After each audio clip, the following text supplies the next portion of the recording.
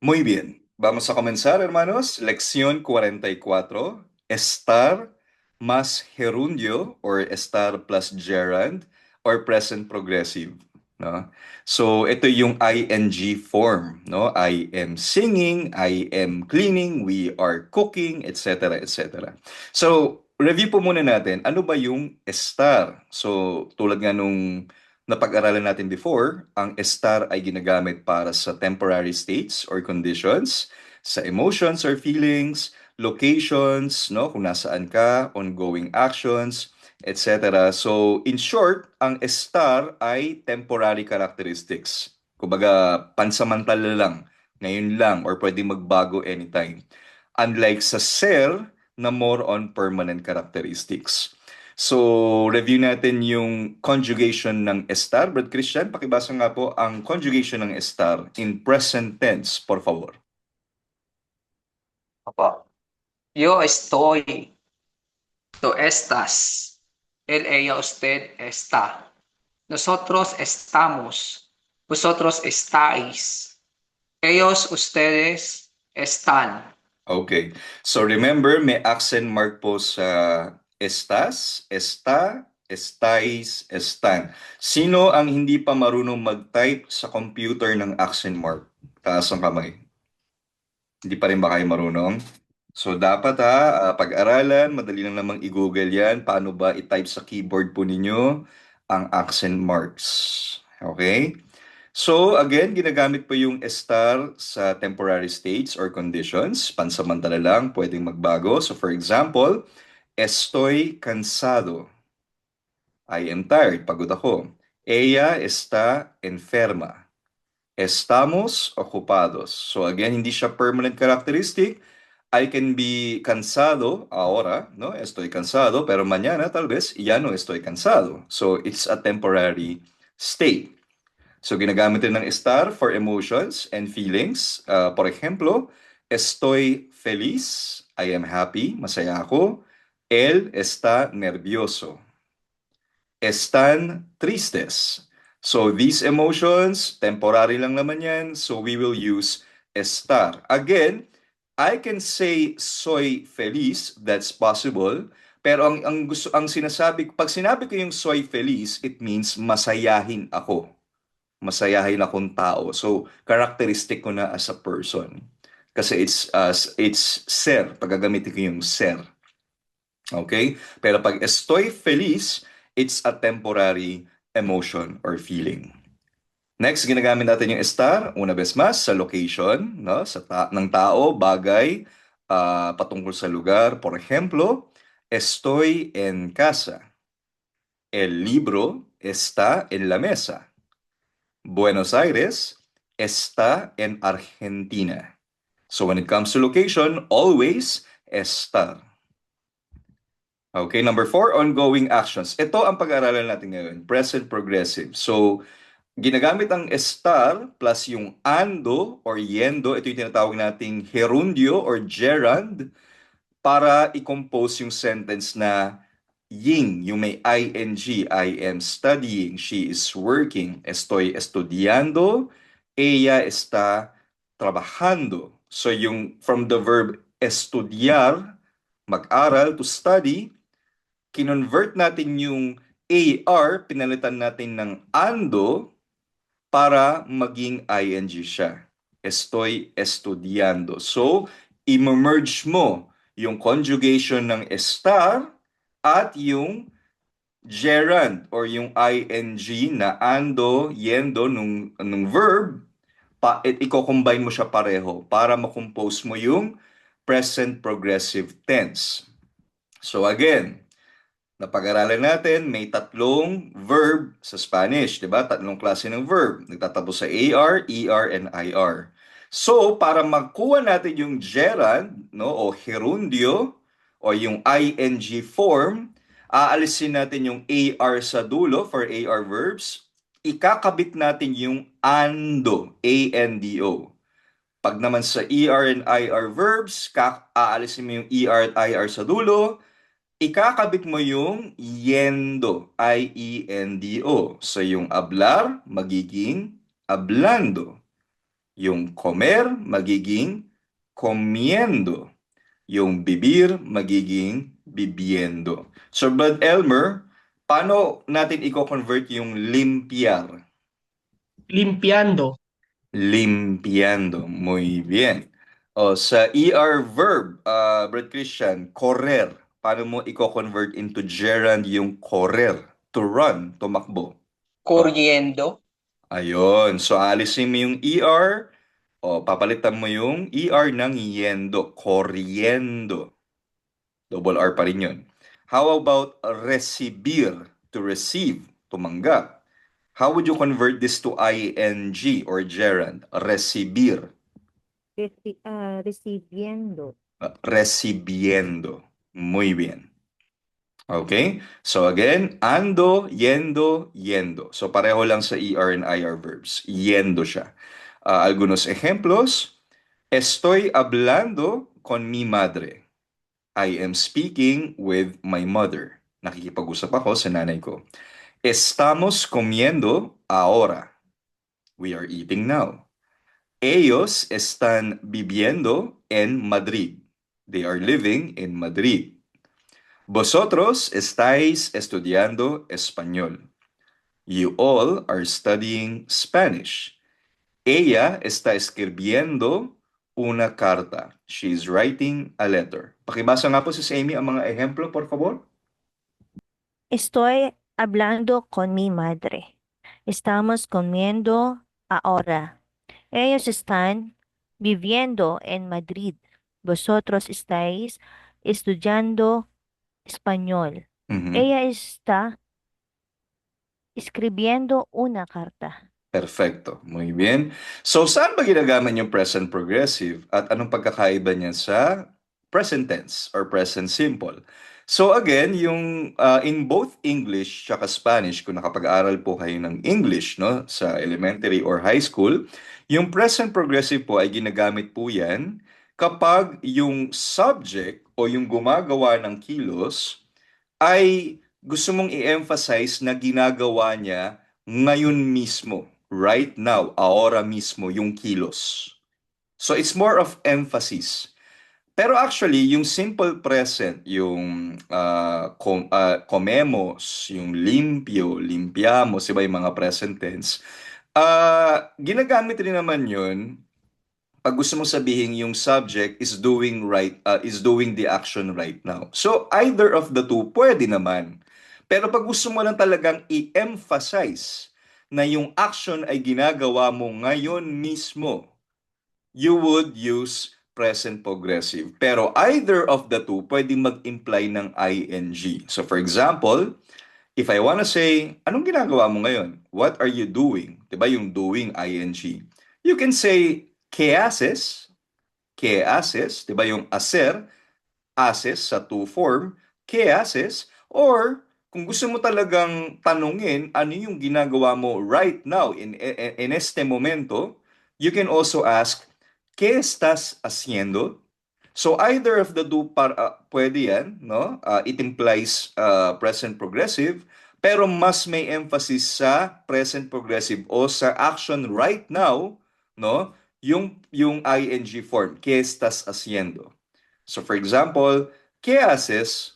Or you can say, you can answer back, limpio la cocina. I'm cleaning the kitchen. So it's still an ing form in English. But if you really want to emphasize na ito, naglilinis ako ngayon ng kusina, I would use estoy limpiando la cocina. Okay? But again, either of the two, pwede yan interchangeable yan. No, it's not a crucial mistake kung nagamit mo yung present simple o yung present progressive. Okay? ¿Entienden, hermanos? Okay? Pag reflexive verb, sino pa ang nakakaalala ng reflexive verb? Kakaaral lang natin yan, ha? Nakalimutan na ba yan, Brad Christian? Diba? Yung may se sa dulo, no? Peinarse, afeitarse, bañarse, prepararse, lavarse. Pwede mong ilagay yung reflexive pronoun before the estar conjugation or ikakabit mo doon sa ing. Pero lalagyan mo ng accent mark sa third to the last syllable para mapanatili yung correct pronunciation. For example, peinarse, magsuklay. Okay? So, if I want to say nagsusuklay siya, she is combing her hair, dalawang option. Ella se está peinando. So, napansin niyo yung se, nilagay ko bago yung conjugation ng estar. Or pwede kong ikabit sa dulo ng ing form or yung gerund. Ella está peinándose. Napansin niyo nilagyan ko ng accent mark sa A para mapanatili yung peinando. 'Di ba? Peinando. Kasi napag-aralan natin yung panagtatapos sa vowel or sa NS, yung nose rule. 'Di ba? Nasa second to the last syllable yung stress. So para mapanatili pa rin yung stress na yun sa second to the last syllable, lalagyan natin siya ng accent mark kapag dinugtong mo yung reflexive pronoun sa dulo. So dalawa ang format pag reflexive verb. Sa unahan, ilalagay yung reflexive pronoun, unahan ng estar or sa dulo ng ing. Another example, mag-ahit, afeitarse. If I wanna say nag-aahit siya, lalaki, two options. Él se está afeitando or él está afeitándose. May accent mark sa third to the last syllable. Bañarse, to take a bath, maligo. Nosotros nos estamos bañando or nosotros estamos bañándonos. Prepararse, to get ready, maghanda. So if I wanna say naghahanda ako, two options. Yo me estoy preparando, so yung me reflexive pronoun, or I could put the reflexive pronoun sa likod or sa dulo ng gerund or ing form. Yo estoy preparándome. Don't forget the accent mark, no? Lastly, lavarse, to wash oneself. Ustedes se están lavando las manos. Or, ustedes están lavándose las manos. Pakibasa nga, Brad Percy, ang ating mga examples in Spanish, por favor. Peinarse. Ella se está peinando. Ella está peinándose. Mhm. Afeitarse. Él se está apietando. Él Afeitando. está afeitando. Mhm. Él está afeitándose. Mhm. Bañarse. Nosotros nos estamos bañando. Nosotros estamos bañándonos. Prepararse. Yo me estoy preparando. Yo estoy preparándome. Lavarse. Ustedes se están lavando las manos. Ustedes están lavándose las manos. Muy bien. Again, kapag merong parts of the body or clothing, no? Like sombrero, damit, hindi mo sasabihin, ustedes se están lavando sus manos. Gagamit tayo ng definite article. El, la, los, las. Since yung reflexive verb ay understood na yon na ginagawa sa sarili yung action. So it would be redundant sabihin, ustedes se están lavando sus manos kasi may se na nga eh. May reflexive pronoun na nga. So you will just use the definite articles el, la, los, las. Okay? Sige, try natin. I-convert natin itong examples, no? Yung verb in open close parenthesis. Gawin natin siyang estar plus yung gerund form. In short, gawin natin siyang present progressive. I'll give you 5 minutes po. Okay, let's answer one by one. Sige, sagutan natin. Number 1, yo blank. What's the correct answer?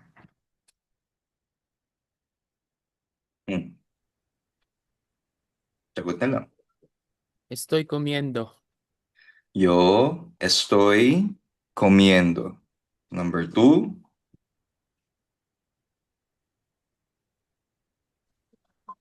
Estás hablando. Tú estás hablando. Número 3.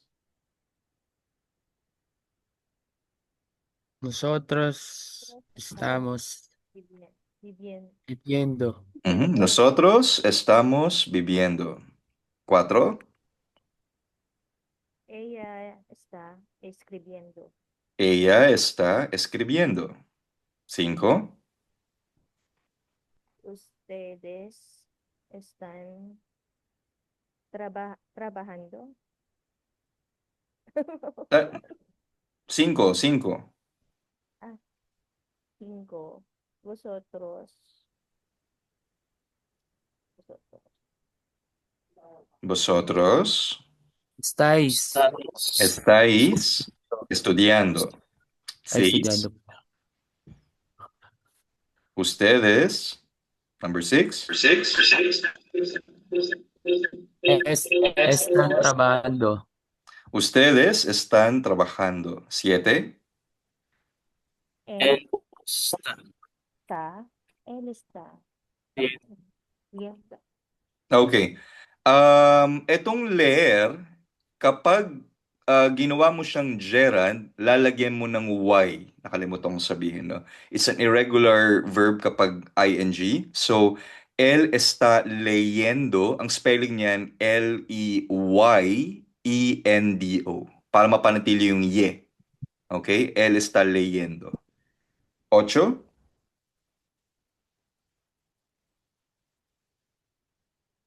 No, number 8. Yo estoy lavando. Okay, yo estoy lavando el carro. So, carro, it's car. But again, maraming term yan. Carro, auto, kotse, mobile. Okay, so depende na lang sa bansa kung nasaan ka. Number 9, ellos.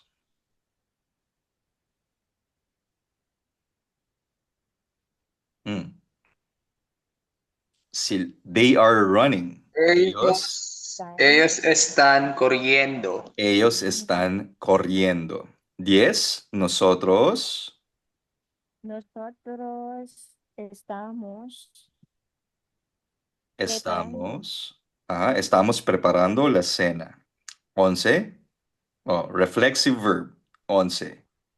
Yo yo, yo estoy, yo estoy ba, ba ban, banyaran, kaya mo yan sa same.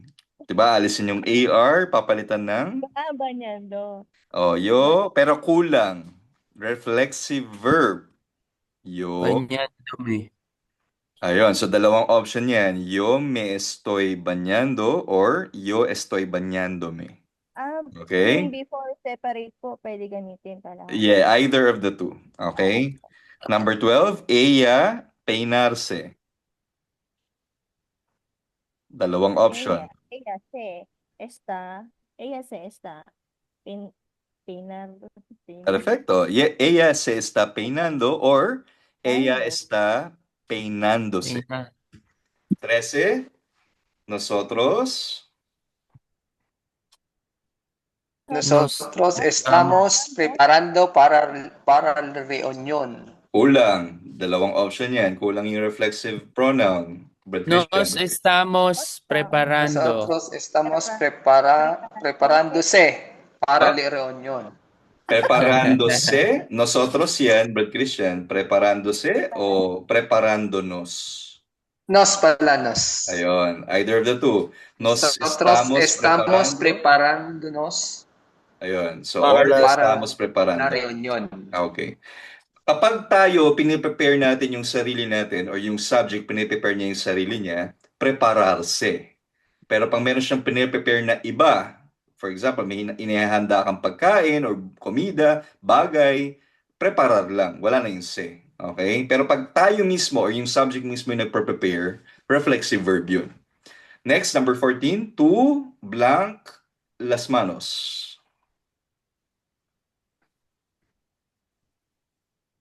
Oh, Te estás lavando.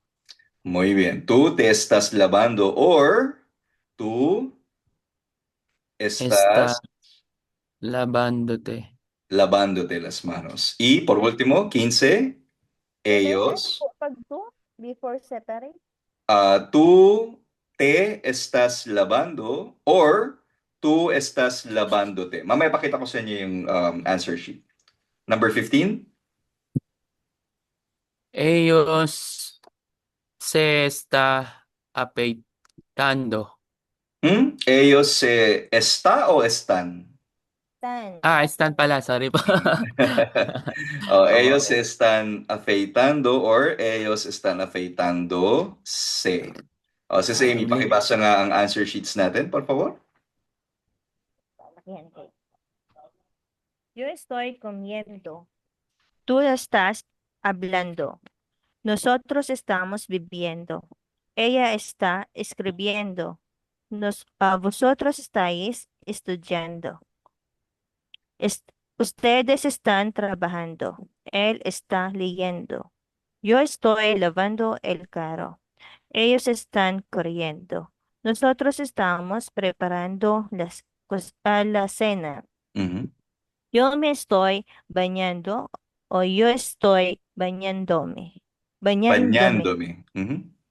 Ella se está peinando. Ella Peinando. está Peinando. peinando. Mhm. Ella está peinándose. Mhm. Muy Nosotros bien. nos estamos preparando para la reunión. Nosotros estamos preparándonos para la reunión. Mhm. Tú te estás lavando las manos. Tú estás lavándote las manos. Lavándote. Ellos se lavándote las manos. Ellos se están afeitando. Ellos están afeitándose. Ok, muy bien.